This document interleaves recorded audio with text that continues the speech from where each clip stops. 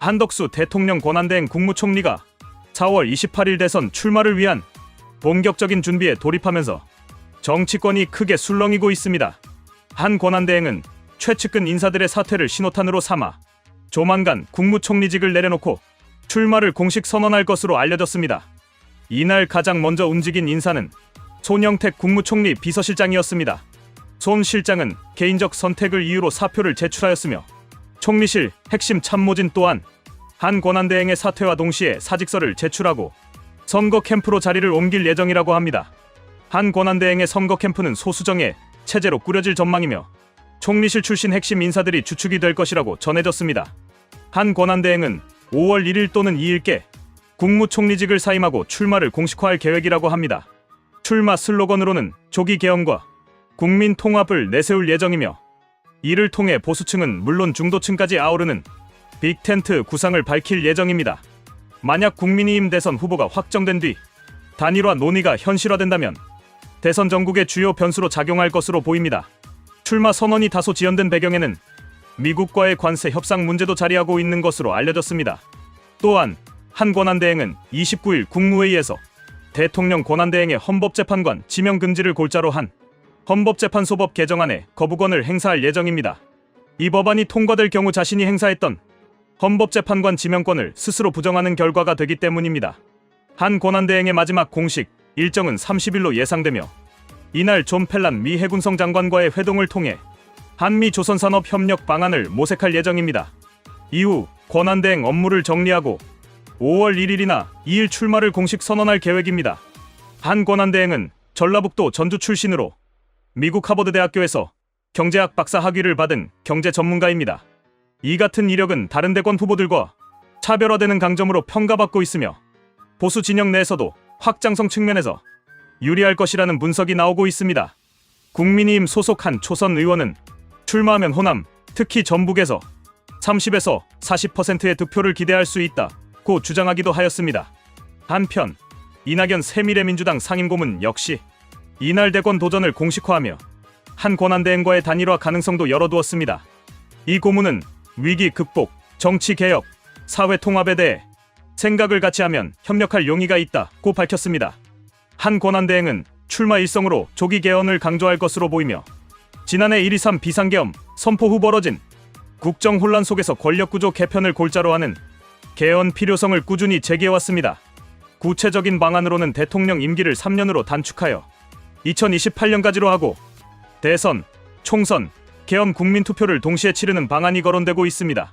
일각에서는 내년 6월 지방선거 때 대선과 개헌 투표를 함께 실시하는 1년 임기 방안도 제시되었으나 국민의힘 내부에서는 부정적인 반응이 감지되고 있습니다. 하지만 국민의힘 경선 후보들 중 일부는 한 권한대행에 대한 입장을 선회하여 비판적으로 돌아섰습니다.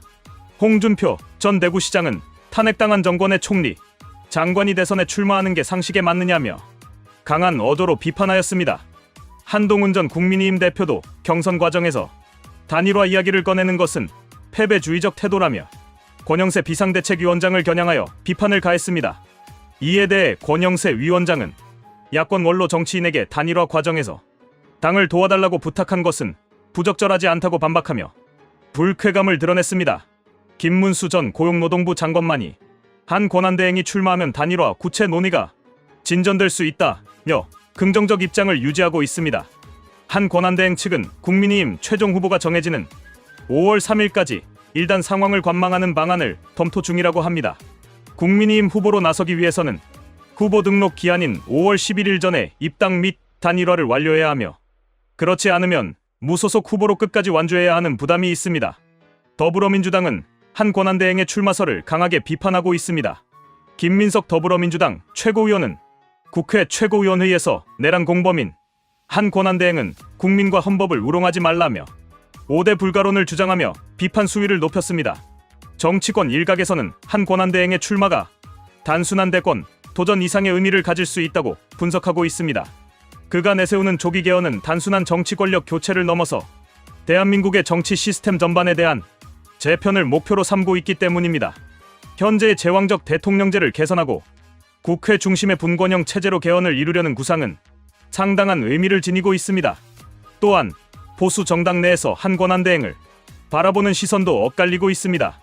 일부는 그가 보수 통합을 이끌 수 있는 적임자라고 평가하는 반면 또 다른 일부는 그의 과거 이력, 특히 탄핵 정국 당시의 역할을 문제 삼으며 비판적인 입장을 보이고 있습니다. 이러한 시각 차이는 향후 단일화 과정과 경선 구도에 적지 않은 영향을 미칠 것으로 보입니다. 여기에 더해 이낙연 고문과의 단일화 가능성도 주목받고 있습니다. 새미래민주당이 중도층을 겨냥하고 있는 만큼 한 권한대행과의 전략적 연대가 이뤄진다면 중도 확장성을 강화할 수 있다는 전망이 나오고 있습니다. 그러나 동시에 이 과정에서 기존 보수 지지층의 이탈 가능성이라는 변수도 배제할 수 없습니다. 현재 대선 전국은 한덕수 권한대행의 출마 선언과 그에 따른 정치 지형 변화로 인해 한층 복잡해지고 있습니다. 향후 그의 공식 출마 선언 이후 여론의 향배, 다른 후보들과의 단일화 논의, 국민의힘 내 경선 구도 등이 어떻게 전개될지에 따라 대선 판세는 급변할 수 있을 것으로 예상됩니다. 정치권과 국민 모두가 주목하고 있는 이 시점에서 한 권한대행의 선택과 전략은 대한민국의 미래에 중대한 영향을 미칠 것으로 보입니다. 그의 다음 발걸음이 어디로 향할지 계속 관심을 가지고 지켜봐야 할 것입니다.